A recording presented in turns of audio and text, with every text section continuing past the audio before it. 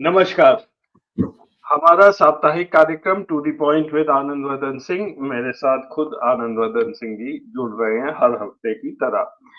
आनंद, इस बार मैं बात करूंगा थोड़ा मोदी जी के बारे में कि उनके जो विदेशी दौरे रहे हैं और पिछले एपिसोड एक आध में हमने देखा भी कि किस तरह से ये बाहर के देशों के प्रेसिडेंट्स के साथ जुड़े भी हुए थे। तो थोड़ा-सा उस पर मैं आपसे बात करना चाहता हूँ। ये मैंने विकिपीडिया से लिया है, यहाँ पे ये मोदी जी की विजिट से अभी तक शायद वो 80-82 जगह जा चुके हैं और नीचे से देखेंगे यूनाइटेड स्टेट्स है, वहाँ 9 बार गए हैं। वहाँ चलिए यूएन जनरल असेंबली वगैरह है तो ज़्यादा जाना पड़ता है। लेकिन उसके बाद है फ्रांस, जापान, रशिया और सरप्राइजिंगली यूएई।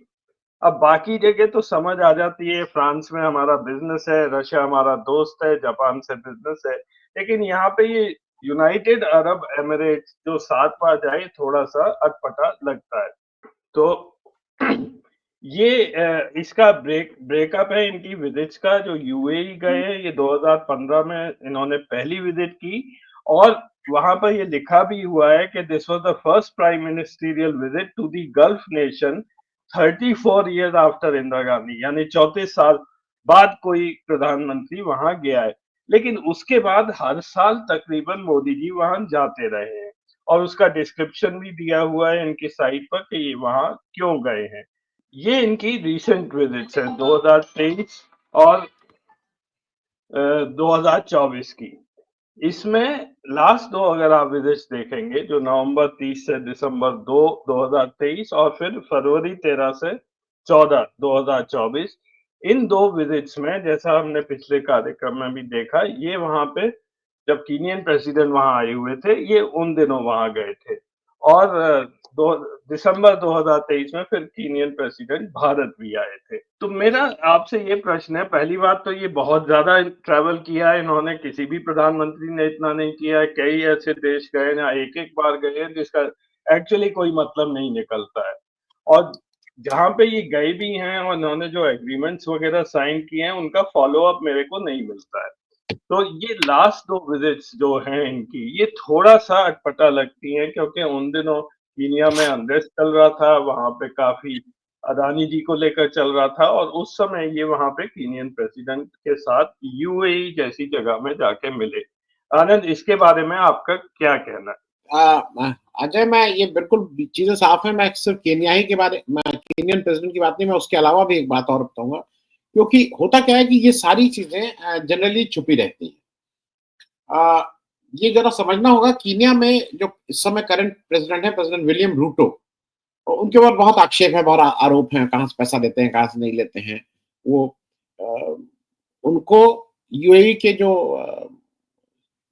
शेख लोग हैं, मतलब यूएई का, जरा इससे पहले ये समझ लीजिए, वो 7 एमिरेट्स को मिला के बना है यूनाइटेड अरब एमिरेट्स। और उसका जो सबसे पैसे वाला और सबसे समृद्ध और सबसे बड़ा हिस्सा है, वो है अबू धाबी, सबसे बड़ी एमिरेट्स। अबू धाबी का जो किंग होता है, वो वहां का प्रेसिडेंट रहता है उस यूएई का। जो दुबई का किंग होता है, वो वहां का प्राइम मिनिस्टर होता है। और उसका रासन खामा है और ये सब लोग। ये बात मैं इसलिए बता रहा हूं कि जो प्रेजेंट किंग ऑफ दुबई है, उनके छोटे भाई ताहनून बिन जायद जो हैं, वो एक वो नंबर 2 है, वहां के नेशनल सिक्योरिटी एडवाइजर हैं, नंबर 2 है उस देश के। और वो एक कंपनी भी चलाते हैं जिसका नाम है इंटरनेशनल होल्डिंग कंपनी, आईएचसी। ये बात मैं इसलिए बता रहा हूं कि ये चीजें एक दूसरे से गुत्थी समझना आसान हो जाएगा। अब जो प्रेसिडेंट विलियम रूटो हैं, ये 2022 सितंबर में, अगर जहां तक मुझे याद है, सितंबर अक्टूबर में ये प्रेसिडेंट बने कीनिया के। कीनिया का इलेक्शन हुआ, पुरानी सरकार आ गई, ये बन गए।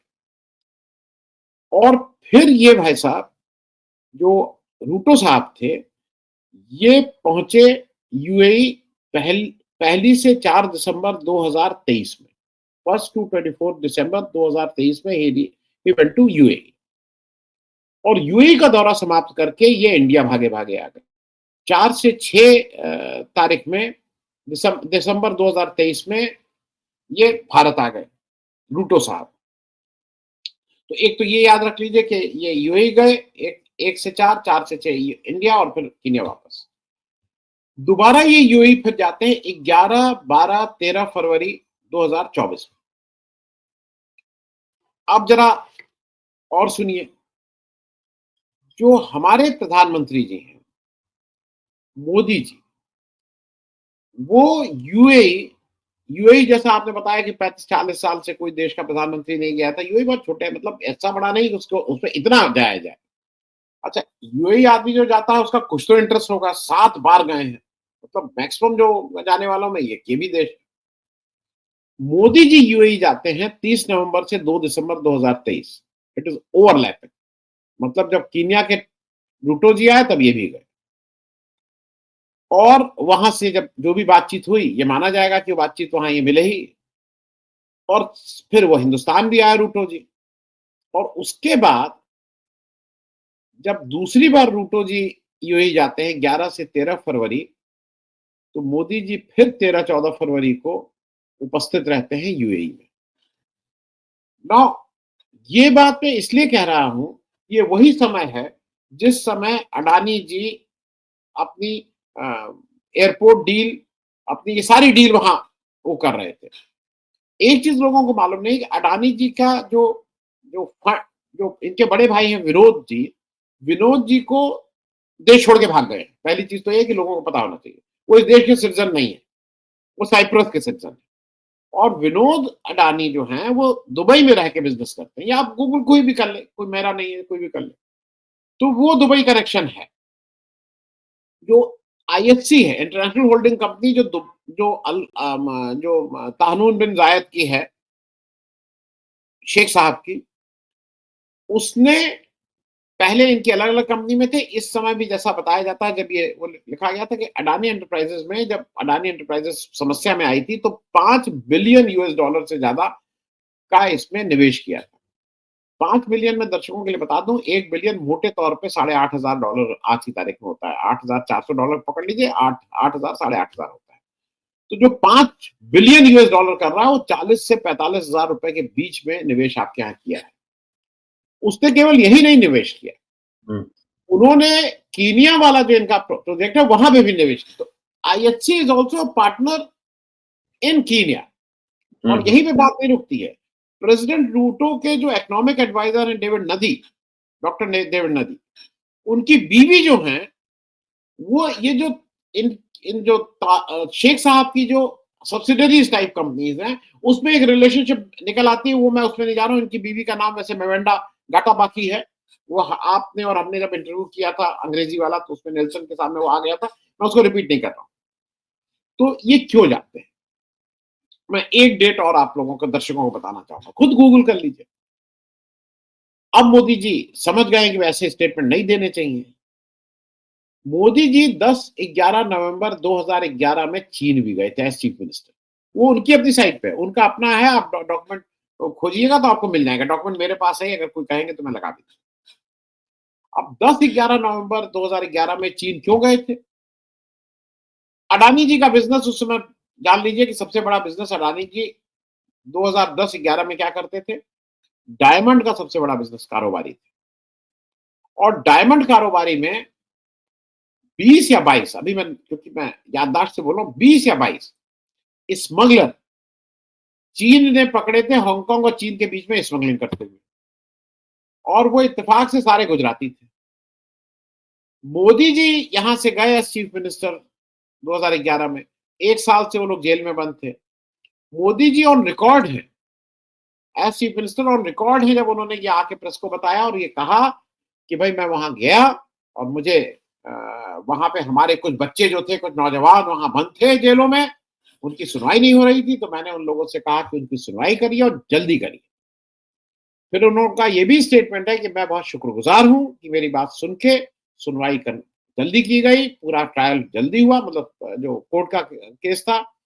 और उस 20-22 में मुझे फिर तुरंत पूरे नहीं फिगर्स याद है, एक को उसमें 5 साल की सजा मिली थी, कुछ को 3 साल की, कुछ को वो, और 10-12 को उसमें 1 साल की सजा मिली थी, क्योंकि 1 साल से ज्यादा वो जेल में रह चुके थे इसलिए छूट गए। तो 4-5 को एक्विटल भी हुआ था। लेकिन उसमें एक और इम्पोर्टेंट बात, मोदी जी ये भी बताते हैं नाम बिना लिए कि उस समय के वो जो वहां के भारत के राजदूत थे, एम्बेसडर इन चाइना, वो भाई साहब उनसे कोई वो तक नहीं कर पाते थे। फिर मैंने उनसे जाके मिलवाया और उन्होंने बहुत मदद की। किनकी मदद की? इन स्मगलर की मदद की। और वो राजदूत इम्पोर्टेंट है। कौन थे उस समय राजदूत? हमारे एस जयशंकर साहब। ये जानना लोगों को जरूरी है कि ये स्मगलरों को छुड़वाने के लिए वहां जाके बिना के, वो कोई भारत के सुरक्षा के लिए जो वो नहीं लोग थे कि भारत का कोई सिपाही, भारत का कोई सैनिक जो है वो बाई चांस उनकी सीमा में घुस गया तो उन्होंने पकड़ लिया, उसके लिए नहीं गए थे। ये गए थे स्मगलर को छुड़वाने। तो ये तो साफ साफ है। मतलब कोई आपको नोट का नंबर तो हम ला नहीं सकते हैं कि नोट का नंबर बताइए, कौन सा नंबर दिया। लोग कहते हैं ना प्रूफ दीजिए, money trail, money trail. Money trail कहां से देंगे? लेकिन ये circumstantial proof are enough to say कि द कौन किसको बैक कर रहा था। यूएई क्या, मेरे ख्याल में इससे ज्यादा एविडेंस की और कोई जरूरत है नहीं। अजय जी आनंद, अब इसी टॉपिक पर रहते हुए अडानी के मुद्दे पर यूएस में केस चल रहा है, वहां इनको जवाब देना है। लेकिन ये भी पता है कि अगले 45 दिन बाद वहां पर ट्रम्प सरकार आने वाली है, तो टाइम बाइडेन सरकार के पास बहुत कम है। और उधर अगर आप देखें तो शायद हमारे अडानी साहब ये 45 दिन किसी ना किसी तरह गुजार देंगे, क्योंकि नेक्स्ट एडमिनिस्ट्रेशन अगर आप देखेंगे तो कल परसों जो अनाउंसमेंट हुआ है वहाँ के एफबीआई चीफ का, उनका भी संबंध गुजरात से ही है। ये मैं हर पेपर में है, ये हिंदुस्तान टाइम्स की मैंने कटिंग लगाई है। Donald Trump's new Gujarati FBI cheap and his unwavering loyalty towards president elect, ये काश पटेल साहब हैं और ये बड़े वेल नोन फिगर हैं यूएस में। ये काश पटेल जी ने किताब भी लिखी है गवर्नमेंट गैंगस्टर्स करके, ये अमेज़न पर अवेलेबल भी है। और वो आप देख सकते हैं कि ये किस तरह के उसमें स्टेटमेंट्स देते हैं। लेकिन अभी हाल में इन्होंने कल ये एक स्टेटमेंट दिए हैं, बहुत लंबा स्टेटमेंट था, मैंने सिर्फ 2 पैरा उससे यहाँ काटे के दिखा रहा हूँ।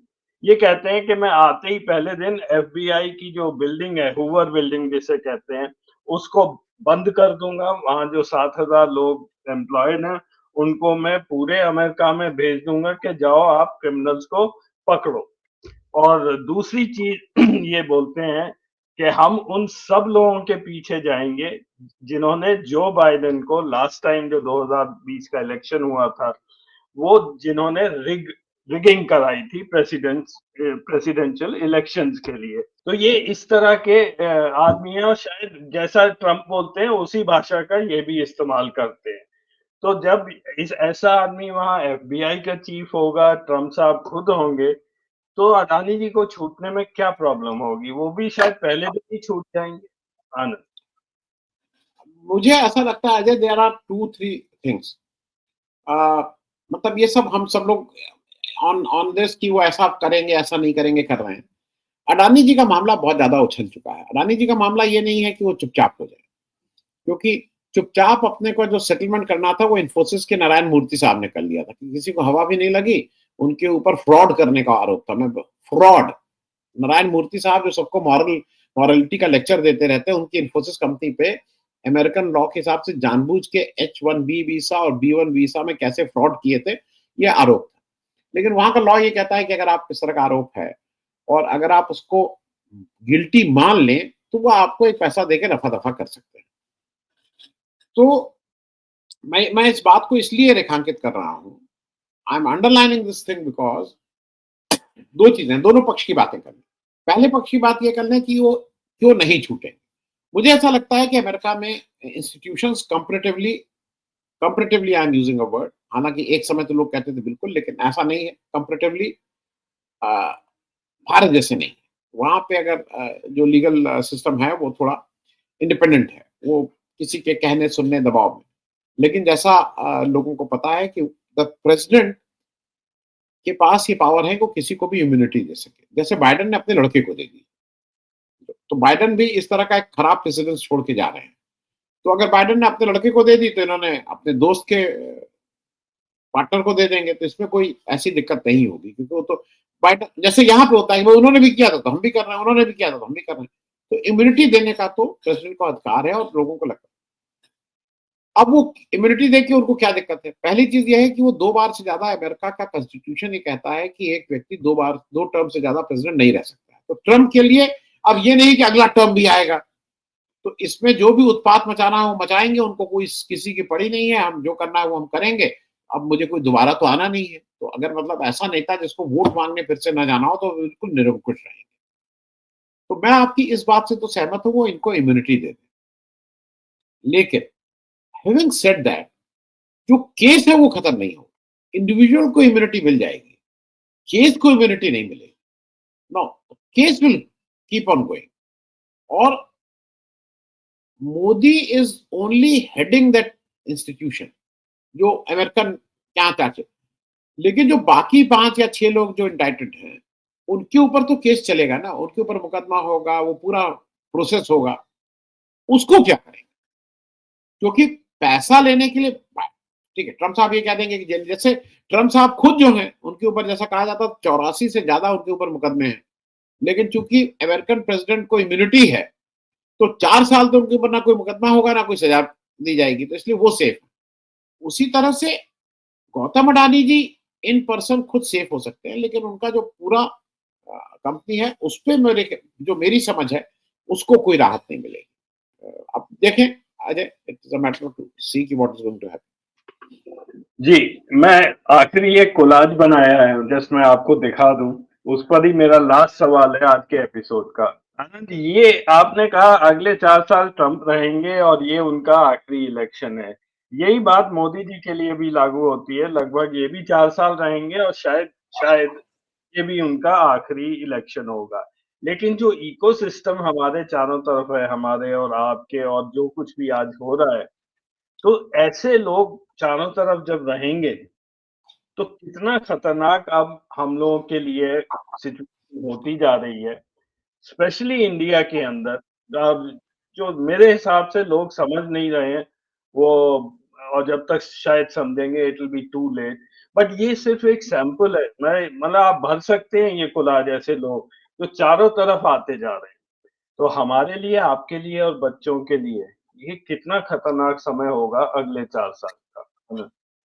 हाँ, मतलब इसमें क्या हो रहा है ना अजय, जो इसको अगर बहुत सिंप्लीफाई करके देखिए, तो चंद लोग अपने बिजनेस इंटरेस्ट और अपने फाइनेंशियल इंटरेस्ट को आगे करने के लिए वो बिल्कुल आपके सारे चीजों को तार-तार कर रहे हैं। और उसमें जो सबसे बड़ा तार-तार कर रहे हैं, जो आने वाला जिस तरह की बानगी दिखाई दे रही है कि 2029 इलेक्शन आने से पहले इस देश का कोई ऐसी मस्जिद नहीं होगी जहाँ पे सर्वे, खुदाई, कि इसके नीचे भी मंदिर, सारे, मतलब एक जनरल लॉ शायद कानूनी पास हो जाए कि सारे मस्जिद के नीचे की खुदाई होनी चाहिए, क्योंकि सबके नीचे मंदिर थे, कुछ इस तरह का। मुझे ऐसा लगता है कि ये इसलिए कर रहे हैं क्योंकि जब वो ये करते हैं तो रिएक्शन में हम और आप दोनों लोग इस चीज को जानते हैं। आज मैंने एक अच्छा वो देखा फिगर, जो द मोस्ट अनरिलायबल डेटा और समथिंग, वो कोई एक वर्ल्ड फोरम है, उसका डेटा रिलीज हुआ है, उसमें वी आर नंबर 1, मतलब हम उसमें नंबर 1 है। तो ये मेरे हिसाब से ये बहुत एक कष्टकारी बात है। आई विल जस्ट, हाँ, ये है where false information is posing the biggest threat, ये उस डेटा का पे लिखा हुआ है ये। वर्ल्ड इकोनॉमिक फोरम का है ये। हाँ, हाँ, तो आप ठीक, लगा ठीक। दीजिएगा अगर ये हो, और हुँ, उसमें इंडिया टॉप कर रहा है। राइट, तो राइट। अगर हम फॉल्स इंफॉर्मेशन में जीना सीख रहे हैं और उसी में खुश हैं, तो इसमें हम और तुम बोलते तो रह सकते हैं, हुँ, लेकिन कब चेंज होगा, क्या चेंज होगा, क्योंकि बहुत से लोगों का, मैं अभी किसी कहीं बैठा था, लोगों का था पॉलिटिकल पार्टीज कुछ नहीं कर रही हैं, पॉलिटिकल पार्टीज कुछ नहीं कर रही हैं। अरे भाई, पॉलिटिकल पार्टीज तो हमारा आपका मैनिफेस्टेशन है, हमारे ही और आप ही के कुछ लोग पॉलिटिकल पार्टी को रिप्रेजेंट करते हैं। तो इफ वी डिसाइड कि हुँ, हमें केवल हिंदू मुस्लिम हुँ, नफरत फैला के ही जिंदा रहना है, और उसके लिए हम 2000 रुपए लीटर का पेट्रोल भी खरीद लेंगे और हुँ, 5000 की कुकिंग गैस भी खरीद लेंगे, ये तो स्टेटमेंट आए हैं, हमने आपने भी सुने हैं, राइट। तो कुछ नहीं। लेकिन पूरी दुनिया में इस तरह के राइटिस्ट जो है उनका बोलबाला चल रहा है, इसमें भी दो राय नहीं है, क्योंकि नफरत फैलाना और नफरत पर राजनीति करना इज द शॉर्टेस्ट वे। वो जैसे होता है सबसे, क्योंकि सब लोग सीख गए हैं धीरे धीरे कि अगर हुँ, पावर तक पहुंचना है तो नफरत फैलाओ, दूसरे से वो करो और डराओ, right. Let people be afraid, उनके मन में नफरत हो, डर हो, और फिर वो आपके पीछे पीछे जैसे आप चाहेंगे वैसे वोट देंगे। अजय। जी Anand, I think the future is going to be very bleak. थोड़ा आगे काफी संभल के रहना पड़ेगा, ये चीज बढ़ती जा रही है हमारे देश में। Thank you so much for joining. हमेशा की तरह आप टाइम निकालते हैं, धन्यवाद। मैं एक और चीज, मैं अजय, मतलब मैं आप लास्ट लाइन जोड़ दूं, आज कोलाज में एक और चीज जो जो लिखी नहीं जाएगी और लोग उसको मानेंगे नहीं। Hmm, Adani ji has been able to strike again, और वो मैं इसलिए बोल रहा हूं कि आज संसद जब चली तो उसमें जो राहुल गांधी का एजेंडा था उस पे इवन कांग्रेस पार्टी अपना बैकफुट पे आ गई कि अडानी जी पे बात नहीं करेंगे, हम मौसम पे बात करेंगे, हम चिड़ियों पे बात करेंगे, हम पेड़ पौधों पे बात करेंगे, हम गाय बकरी पे बात करेंगे, हम मतलब जो जो सारा इंस्टीट्यूशनल, जिसकी वजह से who is a system, who is a complete package. Adani ji सिर्फ वो नहीं, अडानी जी इस पूरे कंप्लीट पैकेज पे हम बात नहीं करेंगे। बाकी पेड़ पौधे, चिड़िया, घास फूस, धूप, इन सब पे बात करेंगे। तो मेरे लिए एक ये बहुत खराब है, क्योंकि अडानी जी ने ना केवल बीजेपी तो साथ थी ही, जो इंडिया गठबंधन की कुछ 7 सहयोगी पार्टीज को उन्होंने पहले उनके ऊपर काम किया, और उन्होंने कांग्रेस में भी काम करके ये तो ले ही आए कि अब कांग्रेस का स्टैंड ये हो गया है कि ठीक है भाई, अब सब लोगों की मर्जी ये है तो हम लोग नहीं। अजय। जी Anand, well thank you so much for joining. फिर मिलेंगे अगले हफ्ते। नमस्कार। Thank you.